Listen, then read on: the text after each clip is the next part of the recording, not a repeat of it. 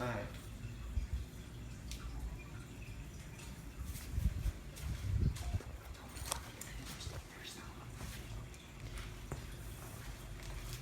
We'll have to edit that. Okay. The title of my presentation this week, my informative speech, is What Party Should I Go To? This is an election year, as all of y'all know.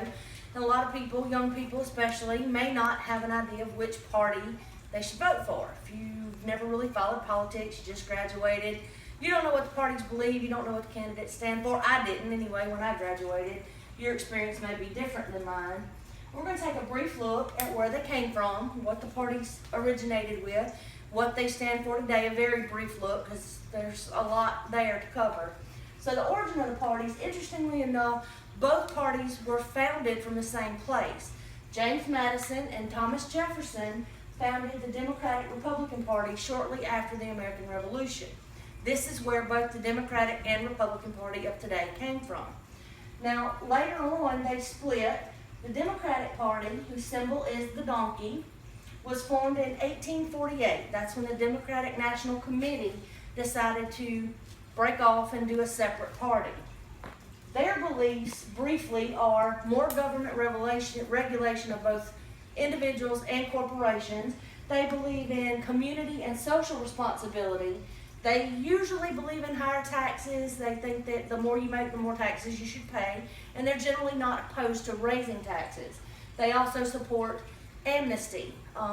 They believe if you're in the country and you've been here for 5 years, you should be able to stay.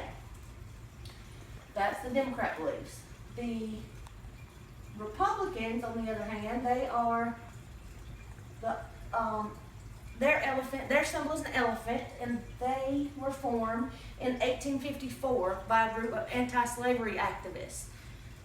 Their beliefs are almost in direct contrast of the Democratic beliefs. They believe in less government regulation of individuals and corporations. They believe that the individual is responsible for their rights and responsibilities, not the government.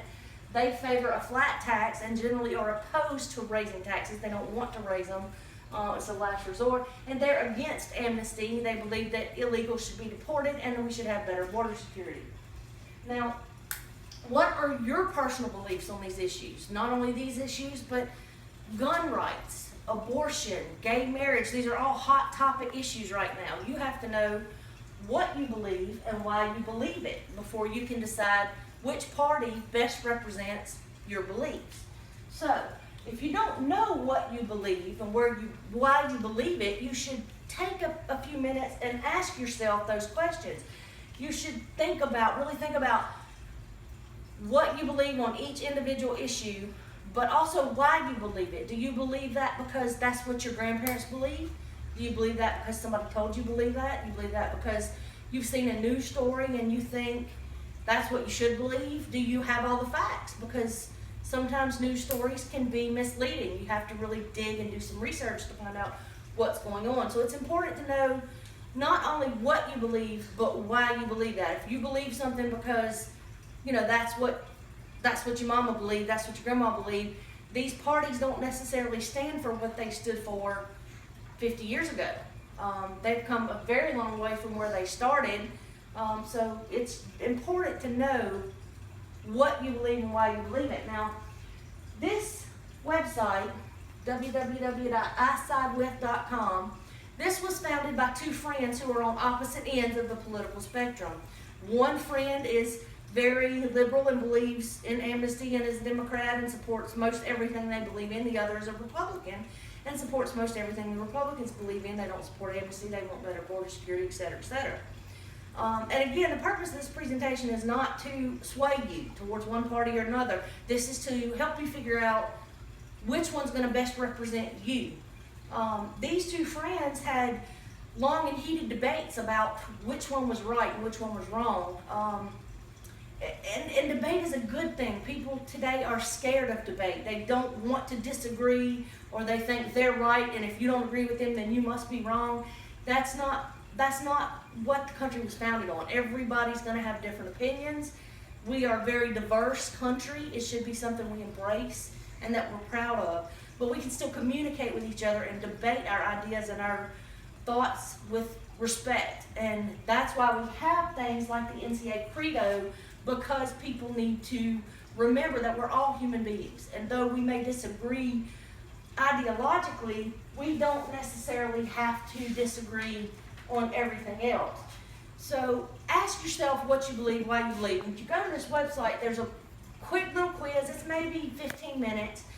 And if you answer the questions where you stand on these issues, it will tell you which candidate and political party you are most aligned with in your beliefs.